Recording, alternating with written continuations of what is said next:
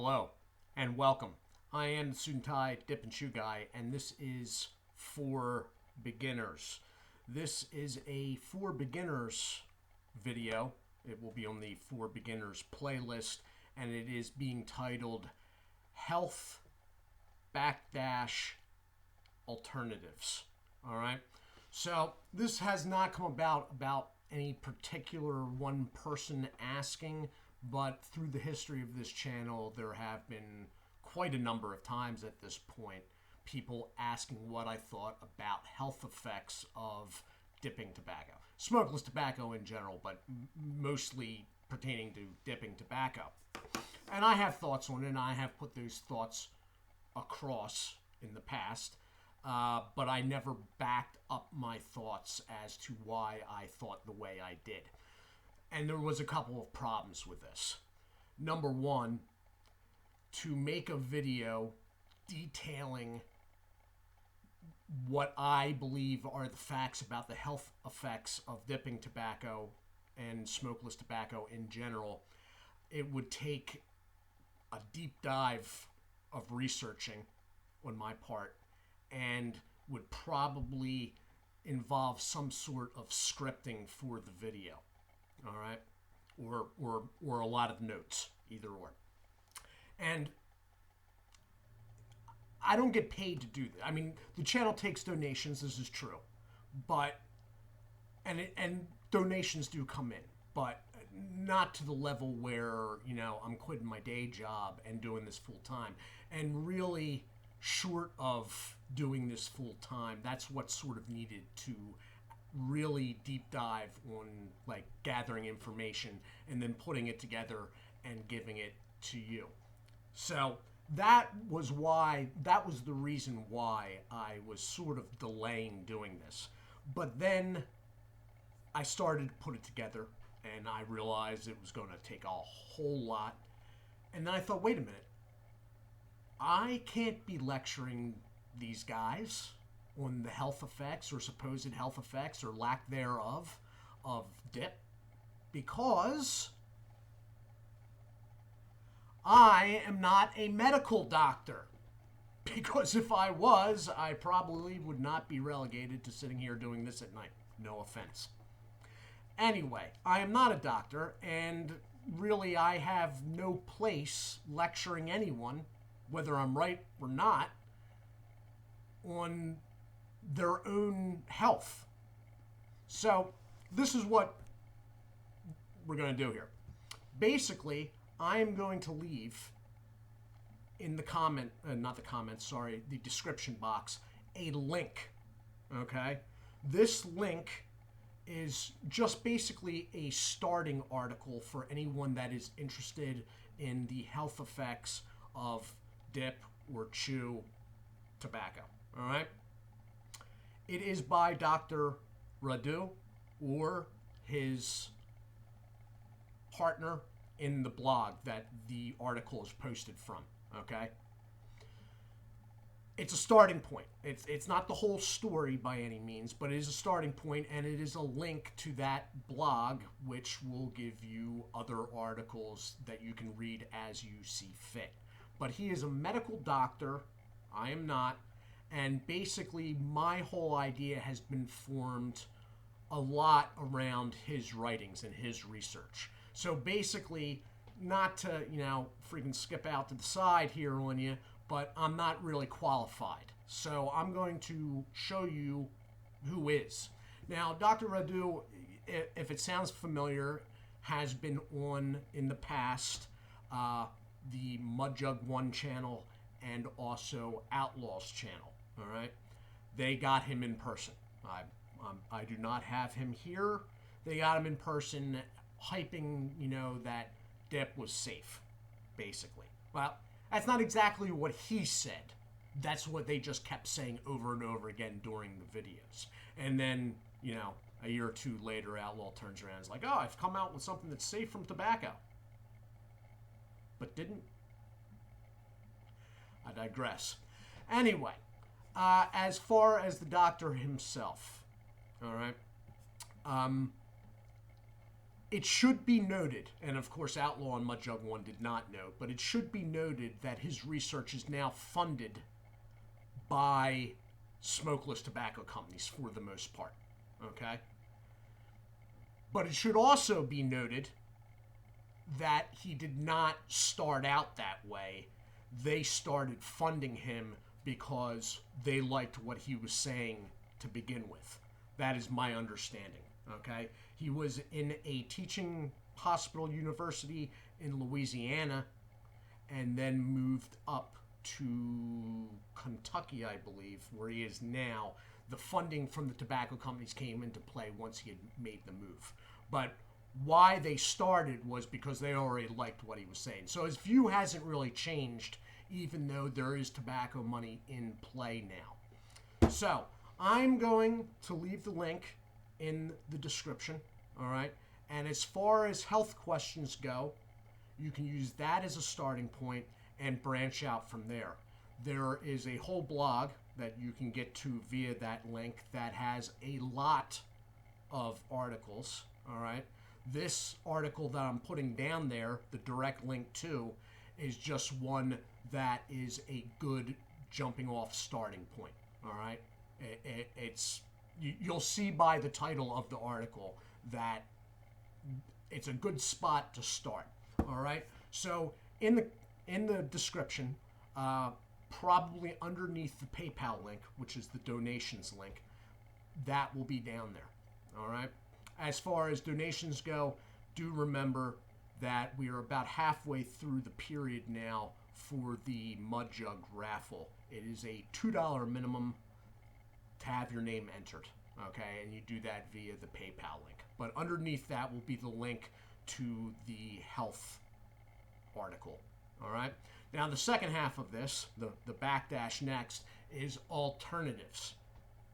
Because I see a lot, not so much on my channel, but elsewhere online, people really like, oh, we got to try the, oh, that's terrible, that stuff isn't any good, oh, doesn't have enough nicotine. Look, if you're really, really worried about mouth cancer or throat cancer or anything like that, just start using snus, like real snus. Because there have been probably upwards of a decade and a half to 2 decades worth of studies on snus that say that it is 98 to 99% safer than smoking cigarettes. If you do it, I'm not talking about American product. Well, the general products that are in America that are labeled as general, those are your guys right there. All right, it doesn't really get any safer than that. Now, there is a spot for alternatives in my mind. All right, and that is if you're trying to stage down nicotine. If you need something in your mouth and you're also trying to stage down, because a lot of those products have full nicotine, half nicotine, and then no nicotine. That is really the only reason. If you're trying to stop putting anything in your mouth at all, then the alternative products like Whitetail or Fully Loaded or Amarillo Snuff, that is what you want to go with. Or if you're feeling really brave, Black Buffalo.